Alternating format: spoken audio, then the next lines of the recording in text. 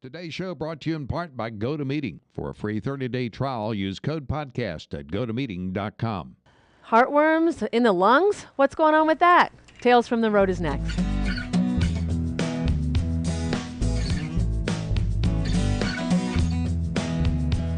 Hey, welcome to Tales from the Road. This is episode 112 and it's hosted by Dr. Jill Wendy. How you doing? Yeah, doing great. We're going to talk about worms, heartworms, lungworms. Oh, you love these parasites, don't you? Hey, if I can't bring gross stuff to share with you, what's the point? Exactly. What's the point? And this is probably one of the most serious of parasites. That it is a bad boy. Yeah, it is. It is. It's what we call one of our silent killers, because there aren't a whole lot of outward signs that you have heartworm until you have really bad outward signs of having heartworm. And you know, we call it heartworm. We should actually probably call it lungworm. It actually lives in the vessels out to the lungs. Doesn't live as much in the heart. But regardless of that, it's still a real serious problem. And this may be just pure ignorance, but if you think back 30, 40 years ago, you know, in a rural sort of environment, right? Did dogs just not live as long? I mean, was heartworm more or less prevalent over the years? Well, I think that it has increased in some prevalence. It has moved, and actually, it has moved in the areas where it was previously, and that has a couple of factors.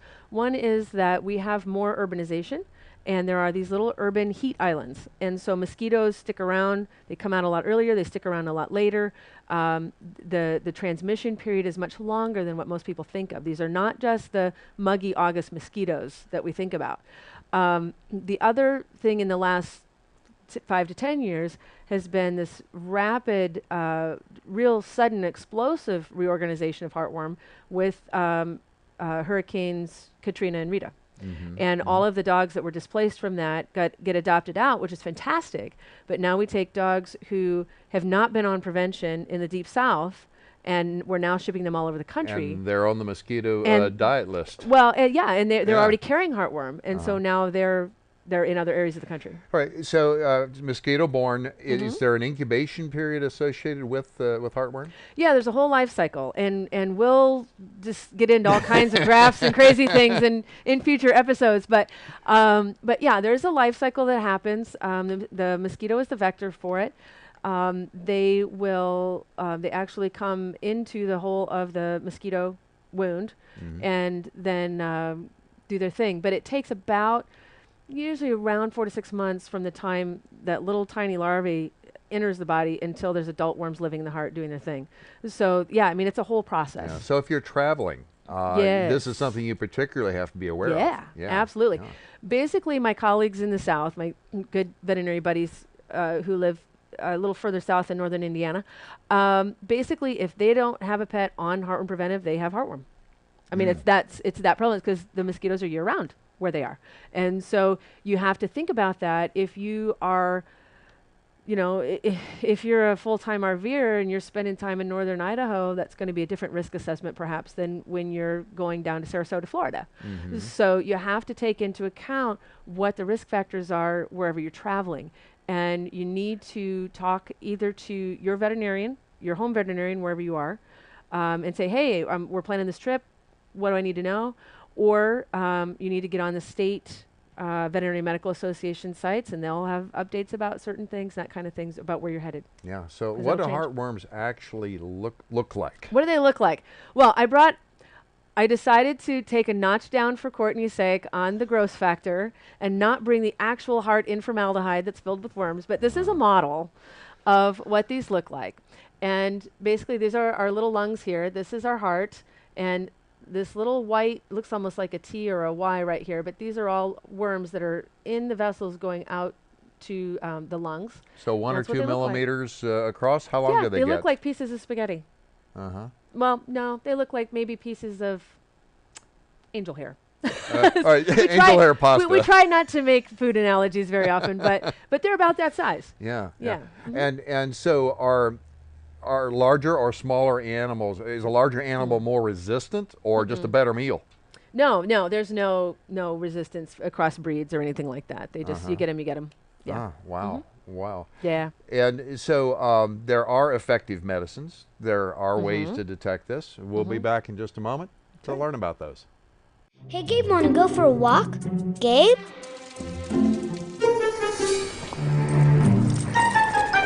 Gabe?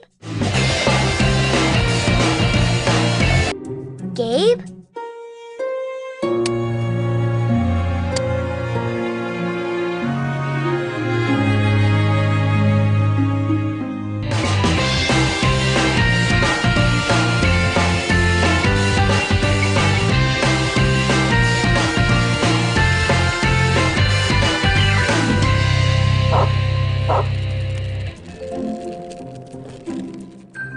Hey, buddy, you lost?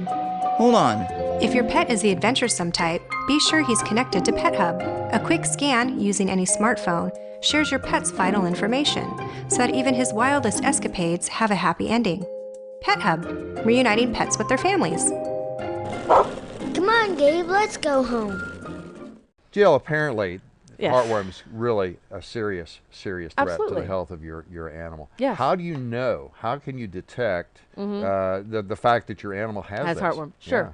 Well, a couple of things that we need to watch out for. First of all, is having your regular physical exams and having those screening tests done to make sure that those are done. And that's very important because even if you have your pet on your monthly heartworm prevention year-round, like you're supposed to, you still need to have those tests because we can see, if you're a little bit off on the days, maybe we didn't, oh, I thought you gave it, you thought I gave it. I mean, there's all kinds of things that happen. There are breaks. There's nothing that's 100%. And so we need to know that they are indeed negative. And there's a big myth about that because people hear about this like 4 to 6 month thing, and then they think they don't need to have their pet on preventive until they're 6 months old, Right. and they've right. missed 6 months of exposure. So at that point. to be clear then, so if you have puppies, if you have a puppy, at what point should you be having your vet ask your vet? First visit. First visit. Okay. They need to start on their first visit. Right. Yeah. right. And the other thing, we talk about heartworms mainly in this episode, but a lot of the heartworm preventives, almost all of them actually, are combined with intestinal parasite preventive. And that's important because those are huge health concerns for our pets as well. But they're also contagious to people.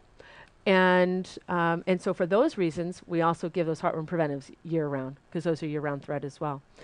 So what does a dog with heartworm look like? Okay, you can pull any picture of any dog in the universe that you want to, and that's what a heartworm dog looks like. Oh, wow. But so there's no outward manifestation then? not until they're in the advanced stages. So, until they're coughing and they're having difficulty breathing and they look like a person who just threw a clot to their lung.